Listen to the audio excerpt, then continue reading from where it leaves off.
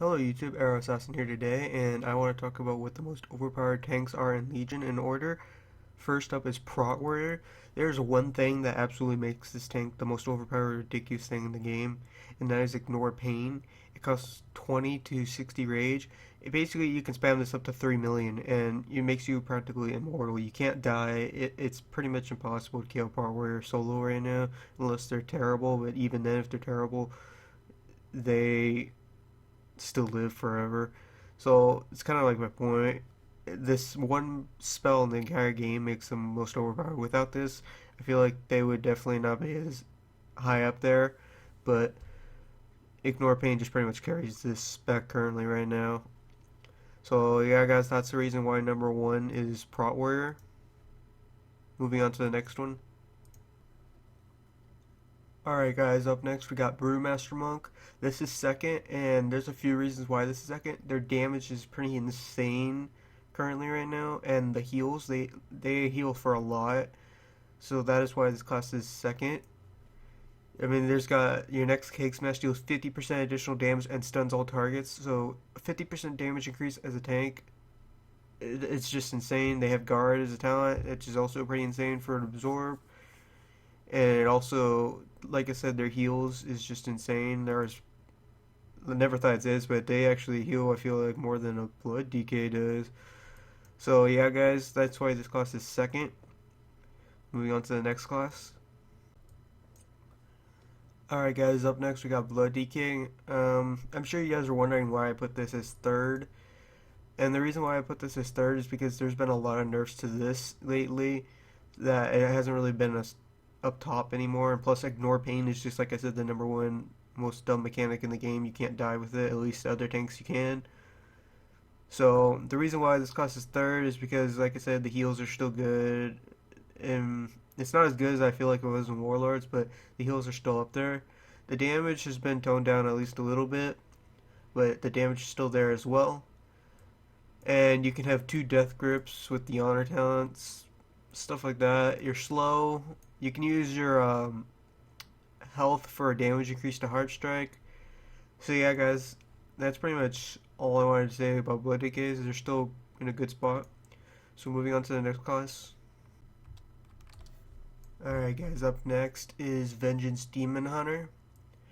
This class has got so much utility and stuff that can actually help you during the fights, and it's got some really good overpowered burst setup if you know how to use it. The reason why I put this class next is because I feel like it's one of the stronger tanks. I would have ranked this higher up, but some of the other tanks I feel like are better than Vengeance Demon Hunters. It's more kind of like a type of Guardian type druid. It's got a need to dodge and stuff, so I guess. So anyways, the reason why this class is good, it's got a little mini fear. It's got a chain so that you can pull everybody in a group. It's got a lot of silences. It's got the signal silence, plus your regular silence, and if you're a Blood Oath, Arcane Torrent. It's got a lot of defensive cooldowns like Empower Wards, Darkness, Metamorphosis. Got really good heals like a Blood DK does. So that's the reason why I put this high up there as well. It's got some really good mobility for like Demonic Trample. And just, yeah, guys, that's pretty much why I rank this really high up there. So with that, guys, let's move on to the next class. Alright guys, up next is Guardian Druid. This class is next on my list because there's a tons of reasons why Guardian Druid is really good. One of the reasons is the new forms. New forms look totally awesome, by the way. Next is they have a lot of mobility as well. They got dash. They have some decent amount of interrupts, I guess. Incapacitating Roar, Skull Bash, Mighty Bash, stuff like that. They have a lot of cool defensives now, like Barkskin and Survival Instincts, which they've always had, so I don't know why I actually said that. Oh yeah, they have some other ones like Mark of Ursul, Iron Fur, you can stack those up.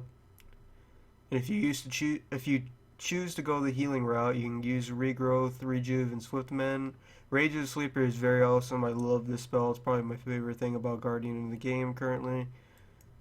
They can use Moonfire on Guardian form now. So stuff like that, guys.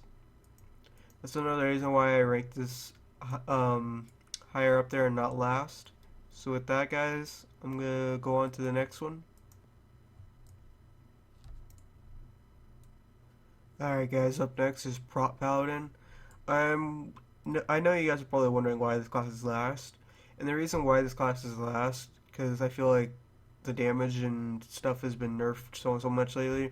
They targeted Blood Decay and Prop Paladin the most, mostly Prop Paladin because at the start of the beta is when people complained about Prop Paladins and they started nerfing them a lot. So that's the reason why this one is last.